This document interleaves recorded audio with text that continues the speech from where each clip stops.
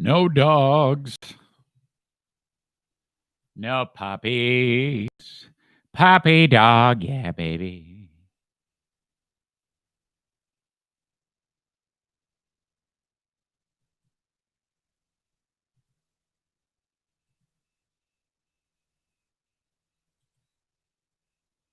What's up?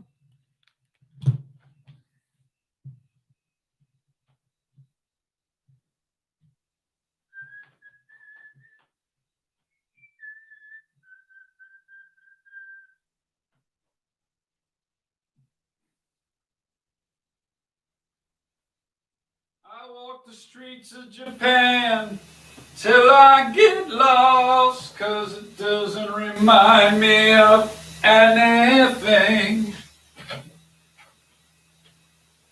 With a graveyard tan, a carrying cross, 'cause it doesn't remind me of anything.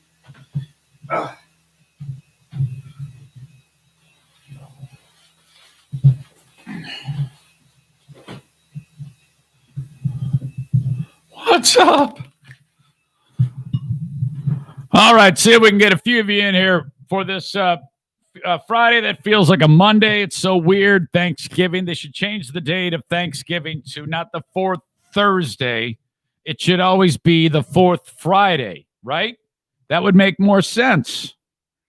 I just don't like the idea of Thursday and then Friday, and then half the world goes to work and the other half in the U.S. and then the other half doesn't. It's screwed up to me. All right, here we go. On your mark, get set. True and international average of pressure. Hey, this is Dirk from Clearwater, Florida. When I'm not slapping the bass, I'm listening to the Eric Zane Show podcast. Concert hall. Hey, what's happening? Hey, what's happening?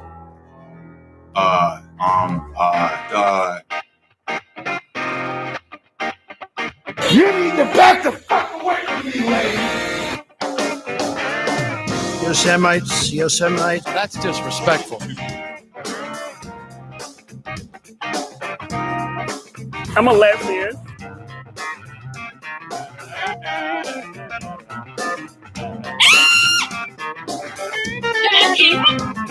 Camera? Really? Yeah. Like a lot, folks. Oh, I see O'Neill all the time. It's one of those moods. I'm just pressing buttons for no particular reason. Welcome in. Hey, Nate. How are you, buddy? Special place in my heart. Star in the forehead for one Nate Bull.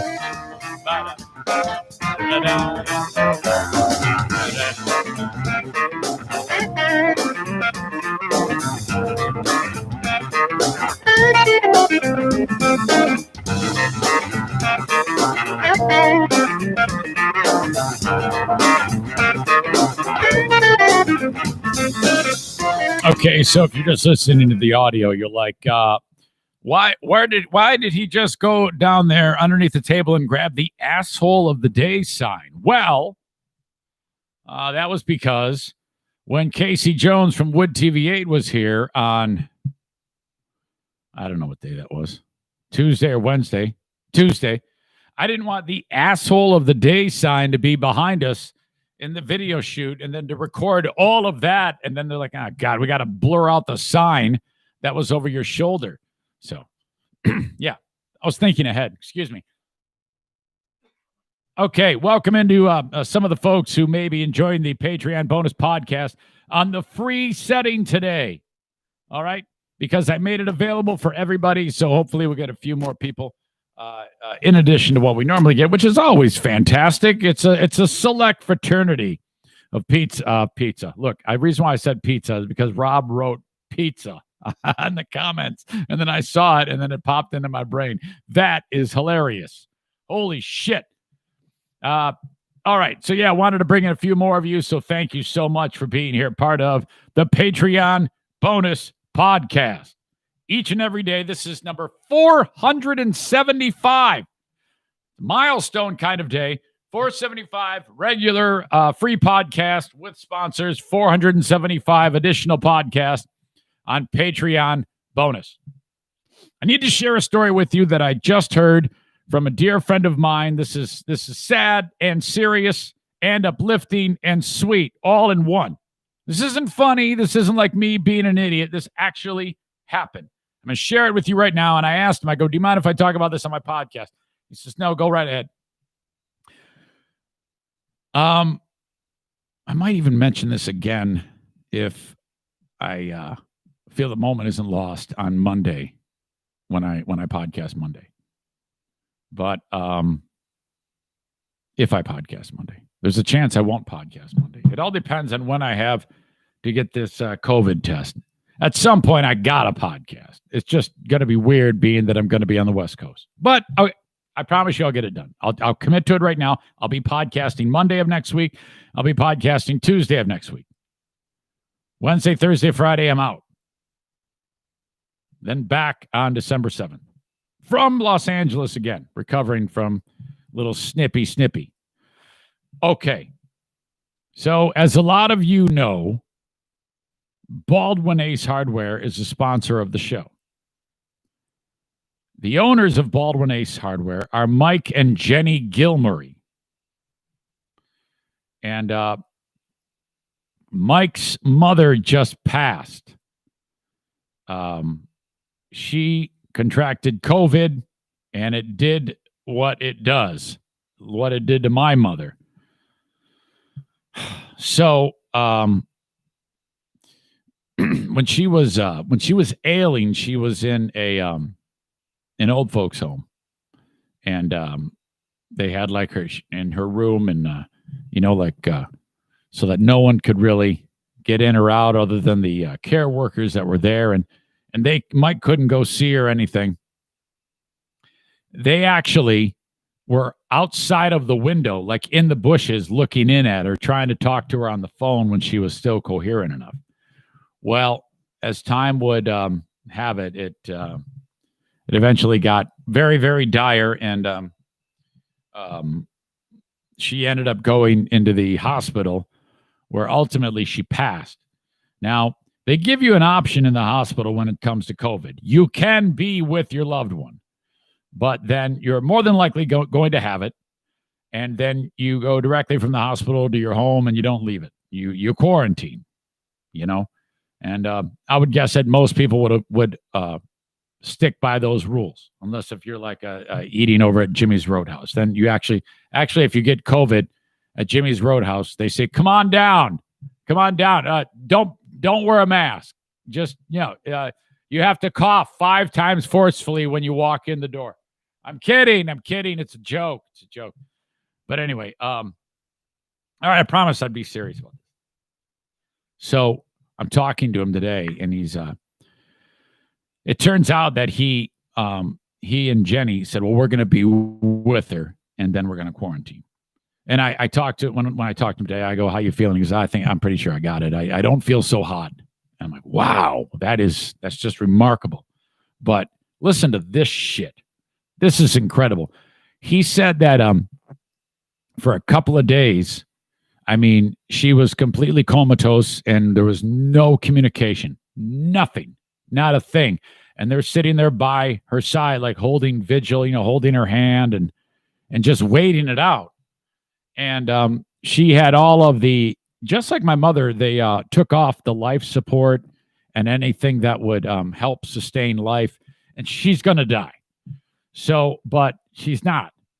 And her breathing is still like, she's still taking like enough breaths per minute, and it's not slowing down. It seems like it's, eventually your body's like with my mother, it slows down, and then it gets more and more pronounced, and then person fades, passes. Mike's mom's not dying. Again, she hasn't spoken to anyone in days. Eyes haven't opened. Nothing. Then Mike tells me that he and Jenny get very, very close to her ear, and like in a subdued tone, like I'm talking to you now. Like they're not screaming in her ear. They're not going, hey, how you doing? Mike says that he tells her, he goes, look, hey, it's okay. It's okay to go. There's people waiting for you. You got to go, Mom. Now is not the time to hang on. I mean, you can go. Your work is done here. You know, this is what you've heard. Have you ever heard about this? That when a person is near death, they will hang on. They will themselves through it. Okay. Who's there? I'm podcasting. No, it's okay. Don't. I'm in the middle of a story. Okay, see you later. Sorry. Person will hang on. This happened with my wife's father when he died. The nurse practitioner said to my wife, as long as you're in here, he's going to hang on. You got to tell him you're leaving. And then more than likely, I've seen it a million times. And she did it. She goes, Dad, I'm not coming back. I'm going. I'm walking out the door. And it was by the time she got in the elevator, her dad was dead. It sounds horrible. I mean, I wasn't by my mother's side, but I am told that is you encourage the person who's passing to let it go. Wow, I can't even imagine, So Mike tells me that he and his better half did just that, saying, hey, Mom, it's time to go. Now, remember I told you, she's been comatose. So Mike and Jenny are crying and telling her, go on, Mom. And she opens her eyes. She looks around. And within 10 seconds, she stopped breathing. I shit you not. Goosebumps, stack of Bibles. That's what happened. Just got done talking to him. I go, Mike, I got to tell this story to these people. This is incredible. I go, it's like she was saying goodbye to you. It's like that was it. And he goes, yeah, I know. He goes, he described it as calming and joyful. He said they stopped crying immediately. And they were like, oh. And he said it's changed him. It's completely on a different level of spirituality. He already was, reasonably religious. But I would describe him kind of like me, hanging on to things here and there, hoping and praying and for miracles from time to time, trying to do the right thing, but still a general fuck up.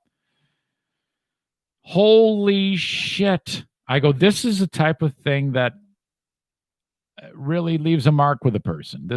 And so he said he felt an overwhelming sense of peace as his mother died right freaking there. Oh my gosh. Wow. And then I was talking to him. I go, I have a theory about afterlife. And, now there are some of you that, maybe a few, I think that most people either do believe in heaven or something like it, or are curious about it, or want to. They might be apprehensive to, I do, as you know. But imagine just for a second, even if you don't, that is the way it is, that you go to some place eternal and amazing and blue skies and sunny and all your loved ones amazing. Hang on.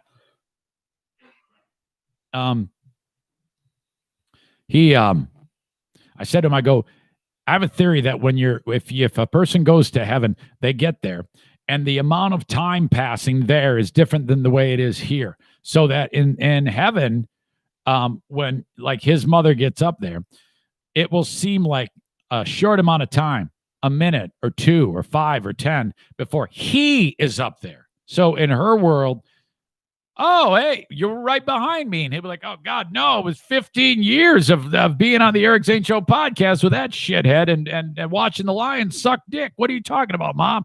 Oh, well, whatever. I guess it's different up here. And so it's just kind of a way that I've been thinking about it. Obviously, I've been thinking about heaven quite a bit lately after the passing of my mom. But I just could not wait to start this podcast and share that story with you. Holy cow. Roll call on the show.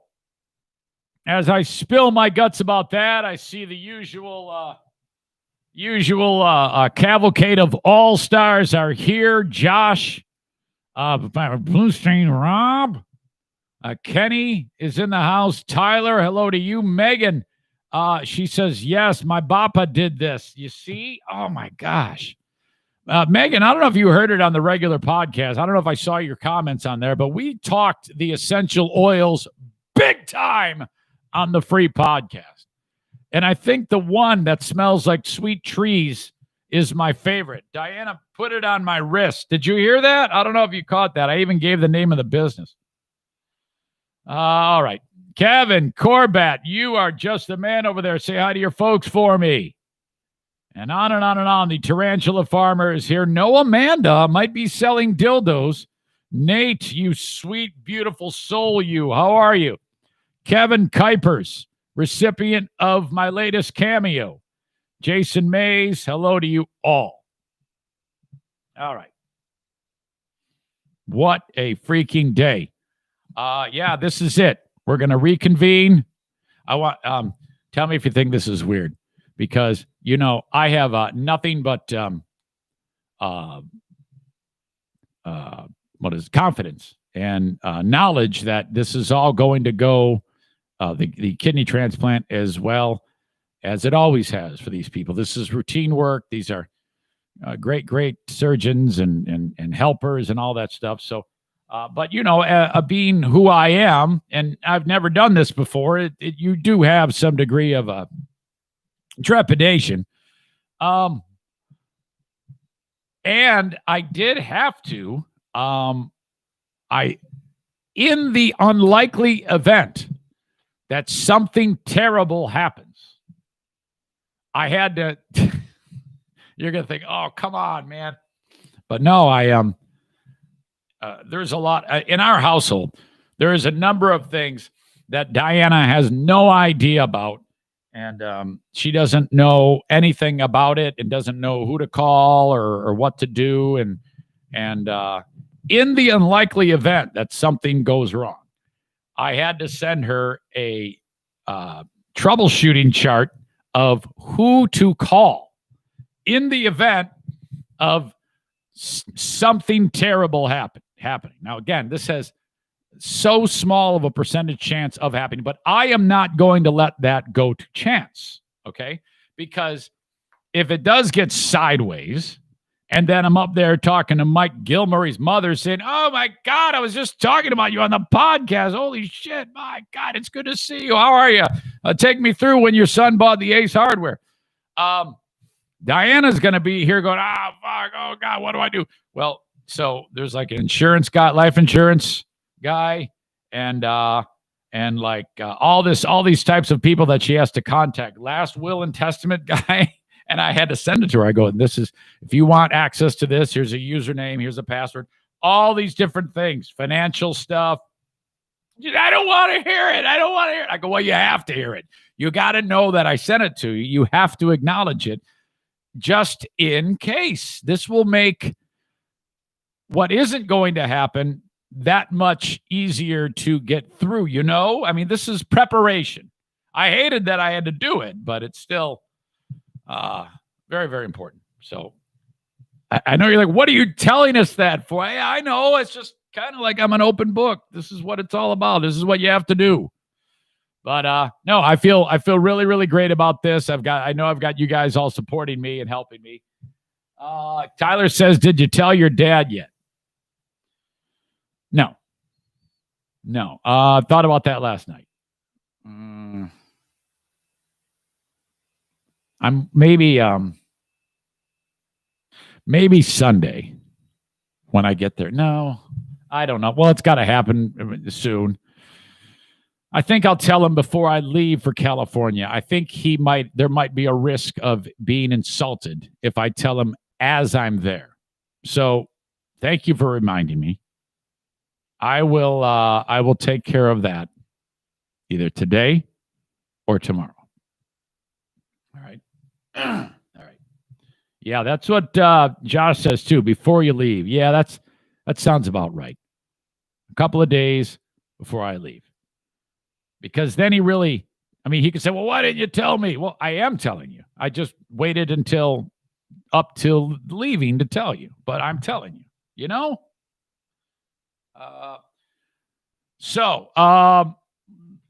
Podcasting gear. Somebody needs the podcasting gear. Let it be known. He's listening right now. It's Kevin Corbett. Kevin, you need all this shit to do a podcast. Okay? So I think you and Stu should have some type of like battle of the network stars for the podcasting gear. Okay? Because the somebody can use the mics, the instant replay. Oh, I see O'Neill all the time. The iPad. True international effort to pressure. All of these things are useful. You can have a party. You can have a big, this is what we can do. Or you guys can all just keep the podcasting going and we can have like podcasting parties here. Leave it as is. I guess it's up to Diana. It would all be hers at that point. So I don't know if I can necessarily relinquish things before I actually kick the bucket, which I'm not. I'm just saying if I did. Okay? God, this is all crazy. This is just stupid. I should stop it. All right. Tyler says, oh, God, Stu definitely needs some gear. Yeah, he sure does. I've tried to impress it. It's not like it's that expensive. I'm not kidding you. This mic stand is $11. This mic is about, I don't know, maybe $100. This mixer is maybe a couple $100. And then I got the backup mixer too over here that frickin' Patriot Nick gave me. Holy crap! Oh my gosh! All right, there are some things I want to get to in addition to just talking about what I've already talked about. That is me potentially kicking the bucket, the unbelievable, cosmically amazing story of Mike and Jenny Gilmurray and Mike's mom passing. God rest her eternal soul. I wanted to get to this one though. This is wow. This kid is 12 years old. I said he was 11 on the free podcast. He's 12. He goes to college. He's a genius. And I don't know how this is a thing. This is either proof of reincarnation or alien. This is an alien. They'll go over the details of what milestones this kid started to do. He's, like I said, in college right now. The milestones this kid hit and at what age he hit them at, you won't believe it. And the one thing I didn't understand in this story was Steve Harvey, of all people, has decided to pay for this kid's college. And I'll talk more about the confusion that I have with that in just a bit, but here you go. A child prodigy is getting a special reward for his hard work. TV host Steve Harvey stepping in to foot the bill for the tuition at the 12-year-old's dream college. ABC's Elwin Lopez joins us from Georgia Tech with the details. Good morning, Elwin. Good morning, Eva. Georgia Tech is looking at a potential new student, but unlike most of its recruits, this one might be on and off campus before he's even able to get his driver's license. My name is Caleb Anderson, and I am a 12-year-old, and I am in college. This morning, just that alone, the wonderful voice and his delivery. I mean, most 12-year-olds, you can't even get them to do anything but stare at the ground and mope like the little dicks that they all are, okay? This kid, there is something special about a kid who looks adults in the eye, takes his time speaking, and just kills it. Did you hear that brilliance? I absolutely love that. My kids, they're not geniuses like this kid is, but they are smart. They're all very, very smart. But the one thing I really impressed upon them, it wasn't like stay in school, it wasn't study hard. The one thing I told them was, for God's sake, look people in the eye, take your time when you're speaking to them, and pay attention to what they're telling you so that you don't wander off like an idiot in the conversation. Like, engage people, all right? Be interested in them, and everything else will fall into place. And that worked out. I mean, Jim, he started doing that at 16, and at 17, he had a son. So he used that power to slay Poon. To get his driver's I'm gonna pay for that one. license. My name is Caleb Anderson, and I am a 12-year-old, and I am in college. This morning, TV host Steve Harvey and his foundation are offering to foot the bill for one gifted preteen. Harvey giving the opportunity of a lifetime to Caleb Anderson. They offered to not only pay the remaining semesters at Chattahoochee Tech, but also at Georgia Tech to cover all fees, books, everything. So we are extremely grateful for that we do not have to pay that out of. He's going to a junior technical college. He's just finishing up a semester there. And again, this kid's 12, and then he's going to be enrolling at Georgia Tech. Pocket. He's just 12 and already a college sophomore. Ever since I was born, I've had a different life than other kids, and it was always different for me. Before he took his first step,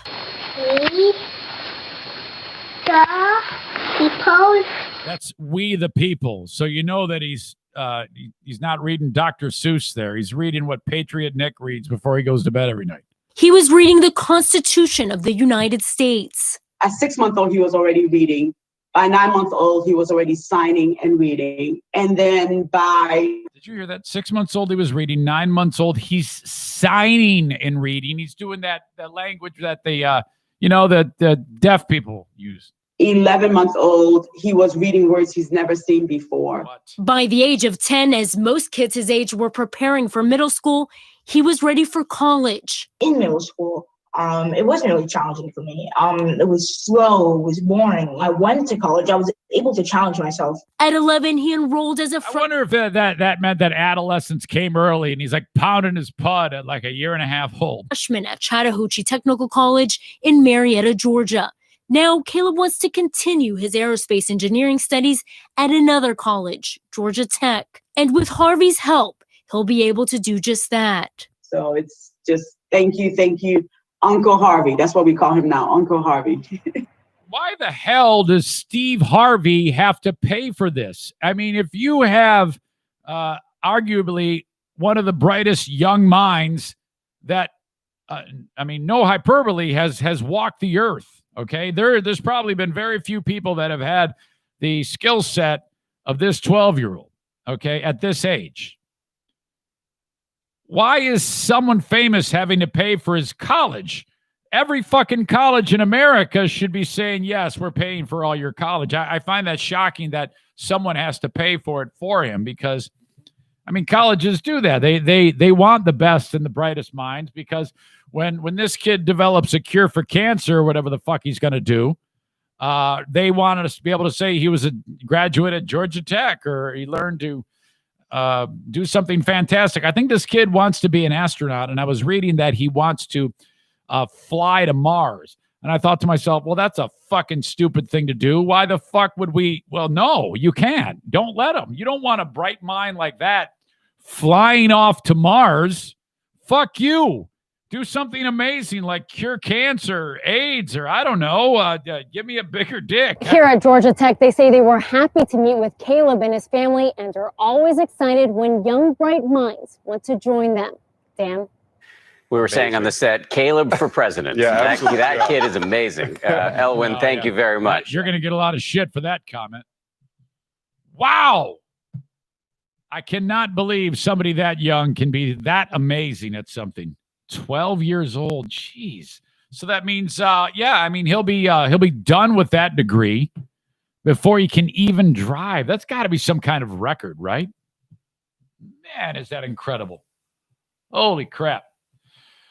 Okay, my friends, I'm leaving you for the weekend, and I will reconvene with you on West Coast time. Just some show notes. The show for the next 2 weeks will be starting at 11 a.m. Michigan time. Adjust your clocks, adjust your schedules.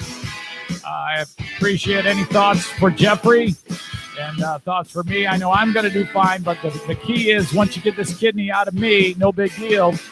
Blows me up. I'll recover. This kidney's got to stay in Jeffrey, and it's got to His body can't reject it, so I want you to please be thinking about it. All of this hard work is for naught if it gets rejected. So we just can't have that. All right, thanks again for the continuous support. God bless you. We're approaching the end of the month. Make sure your Patreon is good to go. And if you're new to Patreon, please sign up at patreon.com/Eric Zane. Till next time, folks, I'll talk to you. Bye-bye.